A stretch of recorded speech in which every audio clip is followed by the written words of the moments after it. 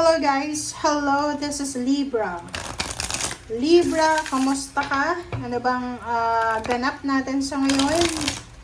Okay, Libra. Tingnan natin, Libra, kung ano ang unexpected na pwedeng mangyari sa'yo from August 2025 until August 2026 of 2026. Okay, so kung bago ka sa channel ko, please like, share, and subscribe. Pakipress ang notification bell button. And follow, like, and share. Doon sa mga dati kong subscribers, maraming salamat sa inyong lahat, guys. And please connect your intuition sa lahat ng baraha na lumalabas dito. Number 3, number 2, number 2. 3, 2, 2, 2, 2, 3. Energy, consciousness, and cycle.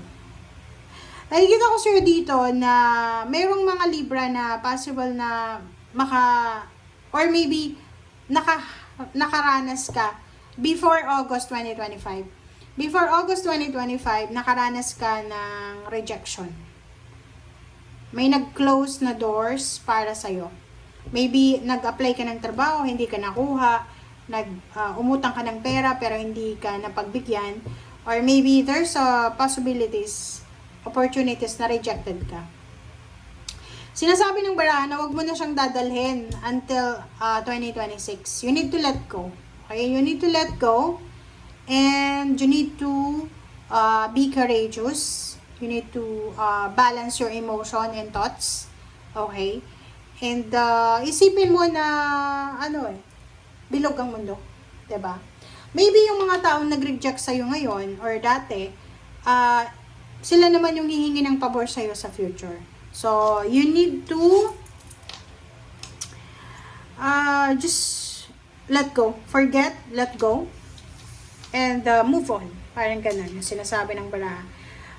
Minsan, yung rejection na nararanasan natin ay needed siya. Kailangan siya para maging malakas tayo.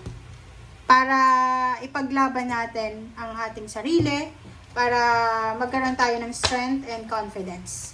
Diba? Kasi minsan pag napapahiya tayo or parang nalulungkot tayo, parang lumalakas yung kalooban natin.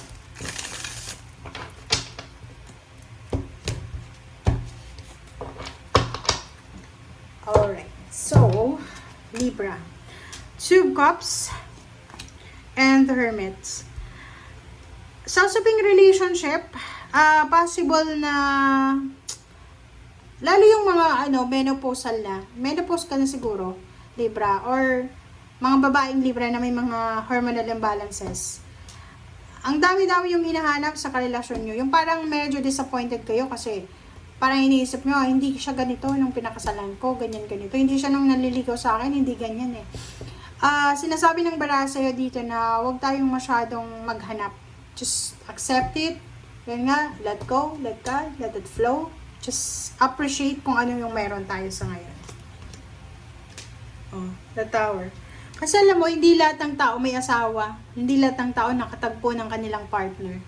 Hindi yan sa pagandahan, hindi yan sa pagwapuhan. Merong sobrang ganda, sobrang mayaman, pero hindi nakapag-asawa. Meron naman na walang pera, hindi naman masyadong may tsura, pero maagang nakapag-asawa. Ganun yung gulong ng buhay. So, sinasabi ng baraha sa'yo na if you're married, if you're in a relationship, kailangan yung hanapin yung solusyon sa bawat problema nyo together. Kasi parang sumasayaw lang yan ng tango. Diba? Sumasayaw ng tango. Hindi ka sasayaw ng tango ng mag-isa ka lang. So, pag pumasok ka sa relationship, kahit nasa business hindi ka papasok sa isang relationship, sa partnership na alam mong hindi ka ready. So, kailangan may commitment tayo para yung mga Tower, dumating man yung pagkakataon na subukin kayo ng problema or kung ano pa man, kaya nyo siya na ilaban. Okay? Ace of Coins, Ace of Swords, wow! Ang galing naman ito. Okay, wow! Congratulations sa lahat ng Libra. Libra, congratulations because there's an incoming good news about money. Money.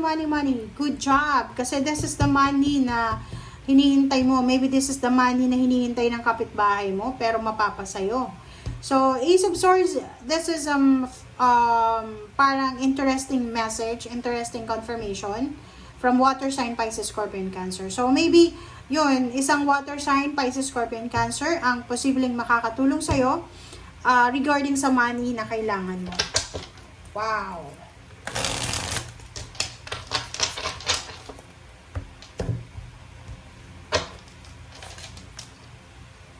Okay, the Emperor, Knight of Coins, Knight of Wands, Zero the Fool. Okay, the Magician. So, dito guys, sinasabi ng baraha sa'yo na you're lucky because there's so much graces, diba? Blessing na pwedeng magdala sa'yo ng power. This is the present power na pwedeng makuha mo. Pwedeng may promotion, salary increase, higher position, lump sum of money, inheritance, payments, payouts, bonuses na pwedeng matanggap mo. And nakikita ko sir dito na lahat ng pagod mo ay posibleng may kapalit siya. Kaya nga 'di ba? So wag kang malulungkot kung napapagod ka. Magpahinga ka pag pagod ka. But don't forget, wag mong kakalimutan na lahat ng sakripisyo mo, mayroon yan nakatapat na swerte. Zero the Fool, isang unexpected milagro na posibleng darating sa'yo. Maybe this is relationship, this is money, this is new career, or kung ano man yan na travel, or relocation, or kung ano man siyang lump sum of money.